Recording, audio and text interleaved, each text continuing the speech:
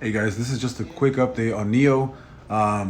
Right now, not to scare anybody off on the price, but we did for the first time ever on the weekly chart, we created a lower low. So we created one yesterday here at 46.85, and we actually just created a lower low, 45.88 on the weekly chart. Again, this hasn't happened in the last, you know, like 3 months or so, right? Even in the year chart, you guys can see that it hasn't happened. It's constantly higher highs, but for the first time, we are creating a lower low. So just be cautious of that right now.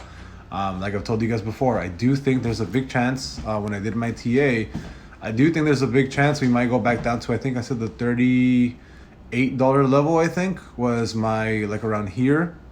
That was my, that's where my TA price was. So I do think as of right now, there might be a chance that we might fall back down to the $38 level. But again, I didn't think that we were going to hit $50 so early like this.